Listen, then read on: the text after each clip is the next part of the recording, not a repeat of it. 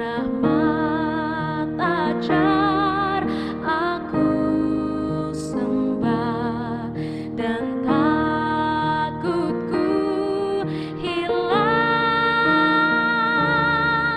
percayaku kelak bertambah, rahmat aku pegang, rantaiku lenyap, aku bebas, Tuhanku telah menebusku,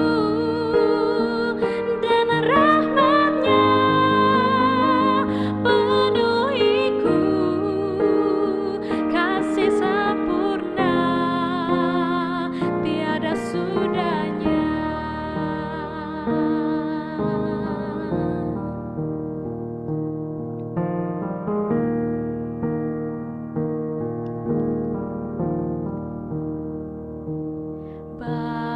Bahaya dan kesusahan di dalam sabda-Mu, rahmat berikan keselamatan menuju Kanaan,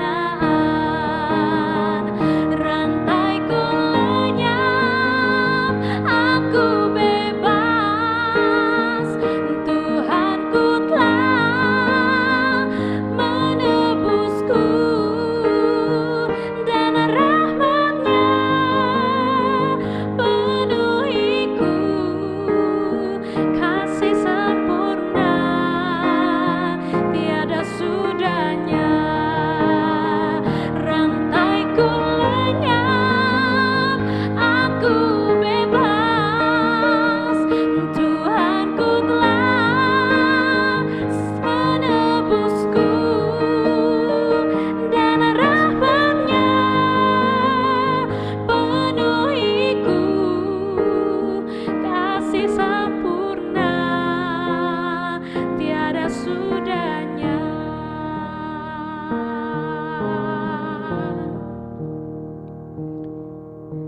Sesudah 1000 tahun kebenaran nyata, kita terus puji Tuhan kerana rahmat-Nya, kerana rahmat-Nya, kerana rahmat-Nya.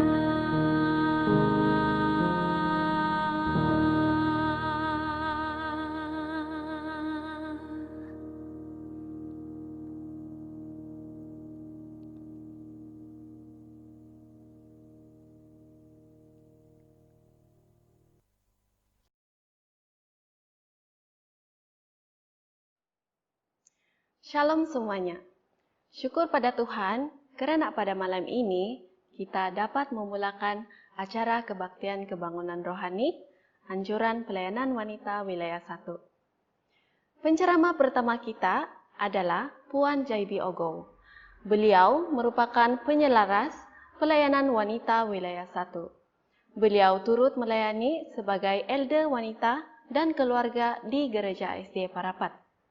Beliau mempunyai pengalaman yang panjang di dalam pelayanan literatur atau sebagai LE, dengan pengalaman melayani selama 25 tahun.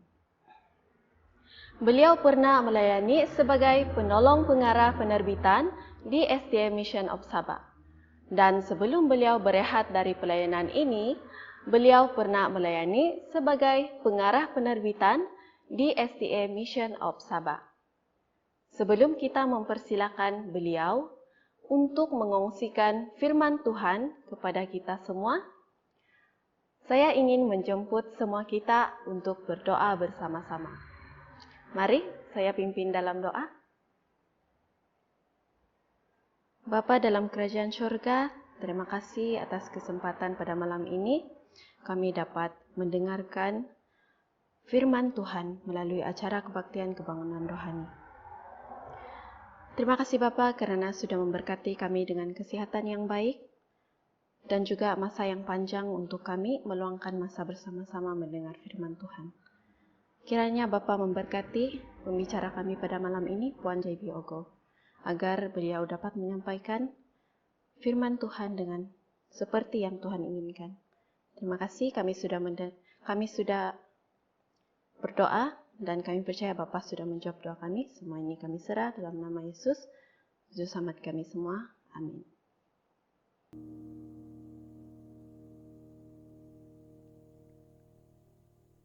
Shalom umat-umat Tuhan, para pelayan wanita dan semua penonton yang dikasihi Tuhan. Kita bersyukur kepada Tuhan karena kita dapat bersama-sama, walaupun hanya dalam talian sahaja, untuk mengadakan kebaktian kebangunan rohani.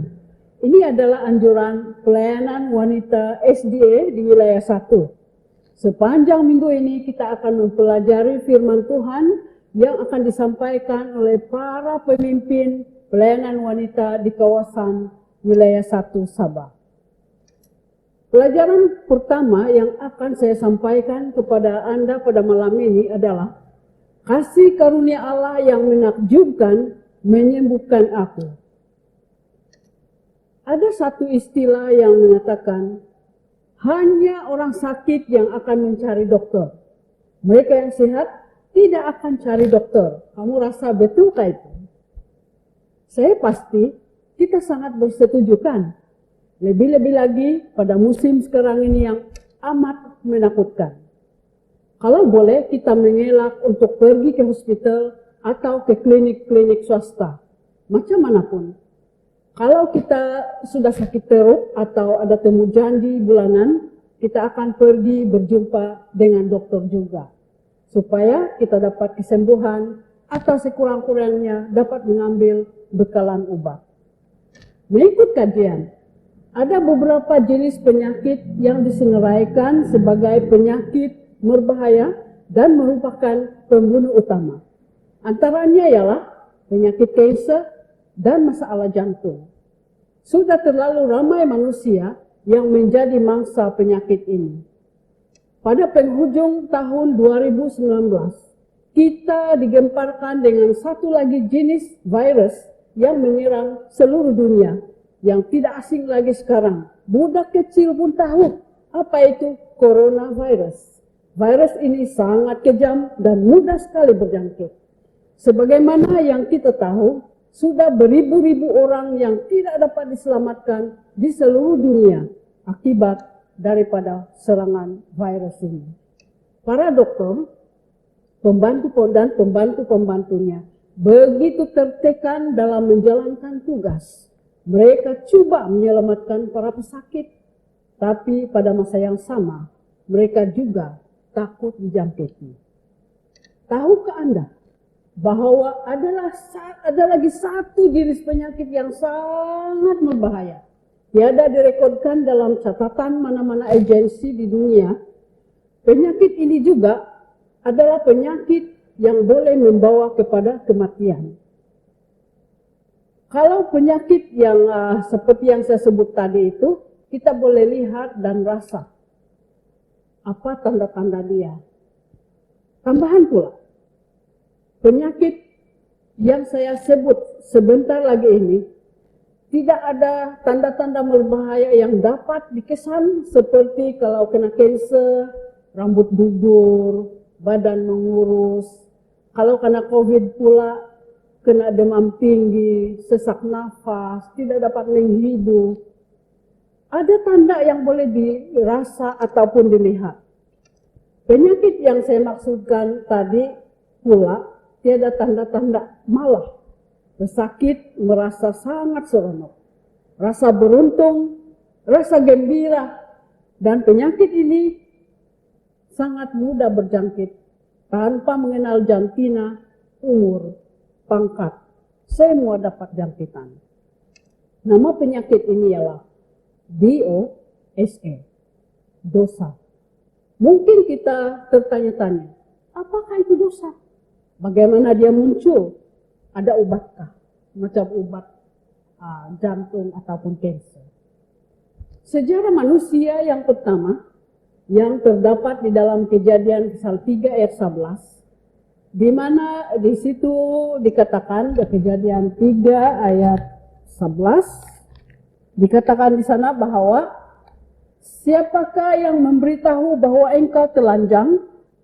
Apakah engkau makan dari buah pohon yang kularang engkau makan? Ini adalah satu pertanyaan Tuhan yang memerlukan jawaban yang berupa pengakuan. Tuhan tahu dan nampak mereka sudah jatuh dalam dosa. Mereka memilih untuk tidak menuruti perintah Tuhan dan sekarang bakal menerima akibat keingkaran.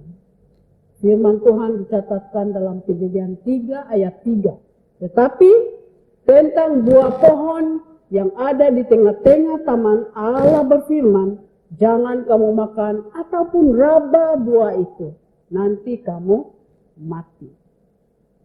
Manusia sudah tewas karena kegagalan menurut perintah Tuhan. Dipenuhi hawa nafsu, perasaan tamak, dan yang paling teruk lagi ialah ingin menyamai Tuhan. Seperti dakwaan si ular, yaitu setan. Saudara dan saudara, oleh sebab itu, maka manusia terpaksa menerima akibat pelanggaran mereka, yaitu kematian. Pada umur yang ke-930 tahun, Adam telah mati.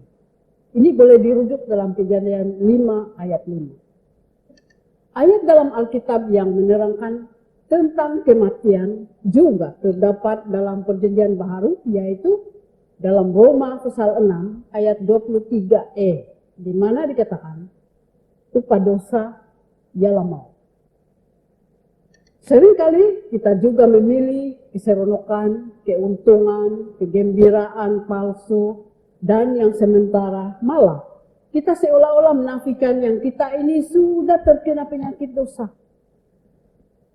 Ada satu kisah yang saya ingin share dengan Anda, mengenai kisah benar yang berlaku di satu penjara, di mana seorang banduan meminta kertas dan pen sebagai permintaan terakhir dia. Dan dalam kertas dan pen itu dia menulis kepada ibunya. Dalam surat itu, banduan yang saya maksudkan tadi, yang merupakan anak ibu itu mengeluh. Dia menulis begini, kalaulah ada sedikit keadilan dalam perundangan, saya sepatutnya bukan digantung bersendirian, tetapi bersama ibu, karena kita berdua telah melakukannya. Ingatkah ibu, sewaktu saya masih kanak-kanak, saya mencuri basikal kawan saya, dan ibulah yang tolong sorokkan. Ingatkah ibu, sewaktu saya membawa uang hasil curian dari dompet jiran, ibu bersama saya membeli bela di pasar raya. Dan ingatkah ibu, sewaktu saya bergaduh dengan ayah, karena ayah coba memperbaiki saya yang malas ke sekolah, ibu menyebelahi saya, sehingga ayah telah meninggalkan kita berdua. Ketika itu, saya hanya remaja yang perlu diajar dan bukan diizinkan untuk dirosakkan. Walau macam manapun, saya tetap memaafkan ibu. Terima kasih karena ibu telah memberikan nyawa kepada saya dan juga menyebabkan saya kehilangannya. Aku, anakmu yang bakal digantung. Saudara dan saudara, kesimpulan dari surat banduan ini adalah, sewaktu berbuat dosa, kita seolah-olah tidak sadar, malah menafikannya.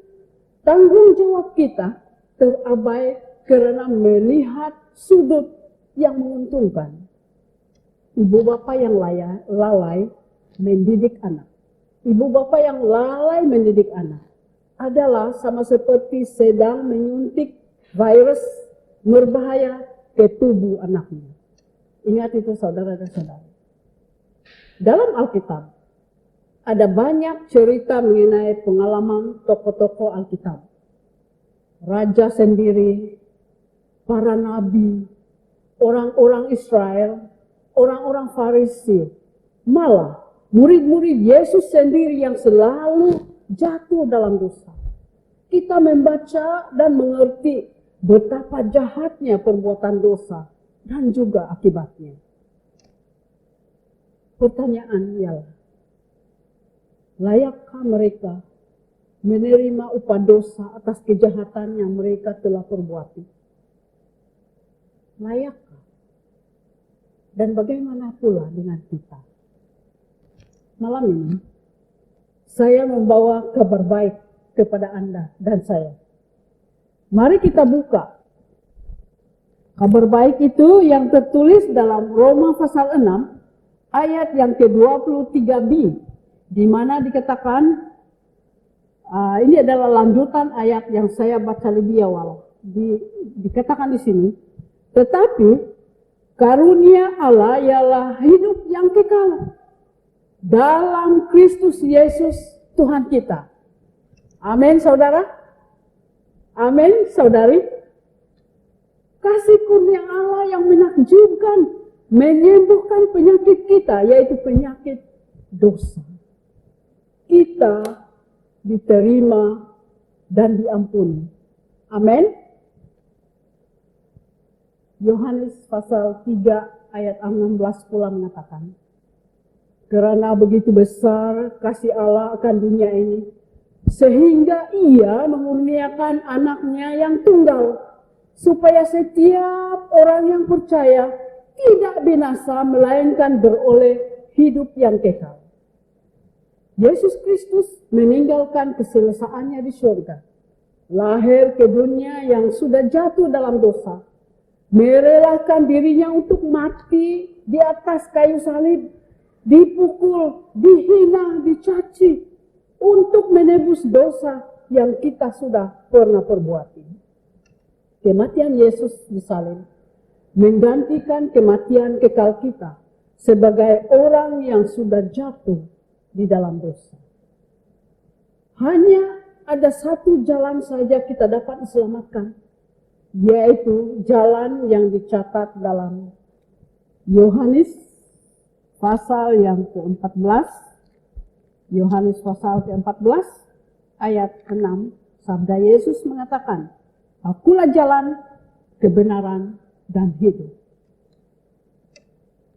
Sementara dalam Kisah Rasul-Rasul pasal 4 ayat 12, Kisah Rasul-Rasul pasal 4 ayat 12 juga mengatakan, keselamatan tidak ada di dalam siapapun juga di dunia ini selain di dalam Yesus. Amin. Terima kasih Yesus sebab sudah merelakan dirinya untuk kita semua. Rela mati untuk menebus dosa kita.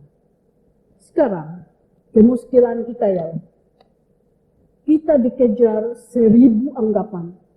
Mungkinkah kita sudah terlalu jauh dari Tuhan karena telah melakukan dosa-dosa yang besar maupun yang kecil? Adakah Tuhan dapat menerima seadanya saya? Dalam Alkitab ada satu kisah yang pernah terjadi. Sewaktu Yesus disalibkan, ada 2 penjahat yang disalibkan serentak. Yang seorang mengutuk Yesus dengan berkata, selamatkanlah dirimu dan juga kami. Namun yang seorang lagi menegur dia. Ini kita boleh lihat dalam Lukas 23 ayat 41. Di mana dikatakan, kita memang selayaknya dihukum, sebab kita menerima balasan yang setimpal dengan perbuatan kita. Tetapi orang ini tidak berbuat sesuatu yang salah. Itulah teguran si penjahat tadi. Kata-kata penjahat ini merupakan satu pengakuan akan perbuatannya. Atau dengan perkataan lain yang mudah kita pahami, penjahat itu menyesal atas perbuatannya. Dalam Lukas pasal yang ke-23, Lukas 23 ayat yang ke-42. Penjahat itu berkata pada Yesus, "Yesus, ingatlah aku apabila engkau datang sebagai raja." Itulah keluhan atau permintaan penjahat yang telah bertobat itu. Pengakuan dan pertobatan tidak memerlukan masa yang panjang, saudara dan saudari. Pesalah yang sedang disalibkan, yang akan mati dalam beberapa menit, telah mengakui kesalahannya. Hanya dalam masa beberapa menit. Namun, dalam ayat 23 ayat seterusnya, Yesus menjawab, "Aku berkata kepadamu, sesungguhnya hari ini juga engkau akan bersama-sama dengan aku di dalam Firdaus." Amin. Kita lihat di sini begitu besar kasih Allah, sangat ajaib, sangat menakjubkan. Adakah di antara saudara dan saudari di sini yang sedang berada di rumah, sedang ada di tempat kerja, dalam perjalanan, yang sedang memandu barangkali, dan sedang menonton siaran ini, sedang bergumul dalam penyakit dosa? Adakah Anda sedang mencari obat kesembuhan? Pada malam ini, dengarlah panggilan dan jaminan Tuhan yang telah dicatatkan dalam 1 Yohanes pasal 1 ayat 9, di mana dikatakan, "Jika kita mengaku dosa kita, maka Ia adalah setia dan adil, sehingga Ia akan mengampuni segala dosa kita dan menyucikan kita dari segala kejahatan." Itu adalah jaminan yang telah dikatakan oleh Tuhan kepada Anda dan saya. Oleh itu, datanglah pada Tuhan, serahkanlah dirimu kepadanya, terimalah rahmat-Nya. Kasih kurnia Tuhan yang menakjubkan dapat menyembuhkan kita. Semoga perkongsian ini dapat memberikan dorongan kepada kita untuk datang kepada Tuhan dan menerima berkat dan keampunan daripadanya. Tuhan memberkati. Dengan ini saya sampaikan perkongsian ini dalam nama Yesus. Mari kita tunduk kepala dan saya pimpin di dalam doa. Bapa kami dalam surga, kami bersyukur sebab kasih Tuhan yang begitu ajaib, kasih Tuhan yang begitu besar, sehingga telah menerima seadanya kami. Kami mohon supaya Tuhan sentiasa mendorong kami, supaya kami sentiasa dapat memberikan hidup kami sepenuhnya kepada Tuhan. Kami juga berdoa agar Tuhan akan sentiasa menolong kami, supaya kami dapat seadanya memberikan segala hidup kami dan segala aktiviti kami, semua perancangan kami di hadapan-Mu. Saya berdoa istimewa untuk setiap umat-umat Tuhan, penonton yang dikasihi, supaya Tuhan akan menyentuh setiap hati, supaya dapat datang di hadirat Tuhan, dan Tuhan dapat menyucikan kami, seperti yang Tuhan janjikan. Tuhan akan mengampuni, Tuhan akan menerima, apabila kami mengakui segala dosa dan kesilapan kami. Terima kasih atas kasih Tuhan yang besar itu. Terima kasih atas kematian Yesus Kristus di kayu salib, sehingga kami layak disebut anak-anak Tuhan dan layak menerima keselamatan yang Tuhan telah berikan. Terima kasih ya Bapa. Tuhan memberkati kami sepanjang malam ini dan berkati setiap aktiviti kami.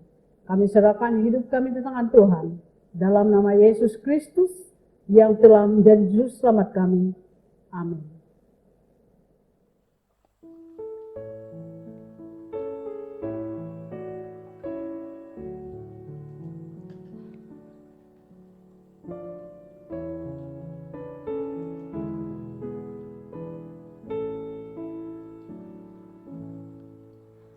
On the hill far away stood an old rugged cross, the emblem of suffering and shame.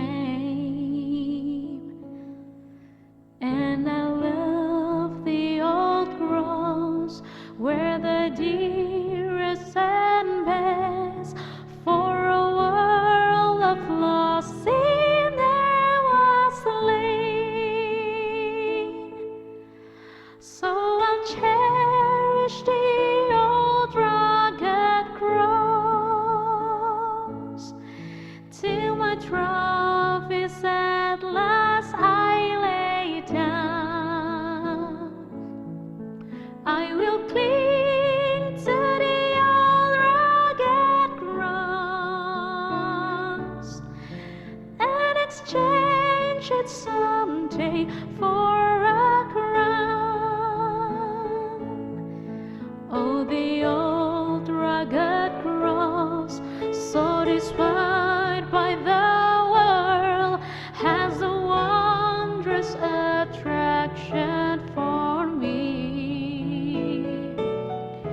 For the dear Lamb of God left His glory above to bear it to the Calvary. So I'll cherish the old rugged cross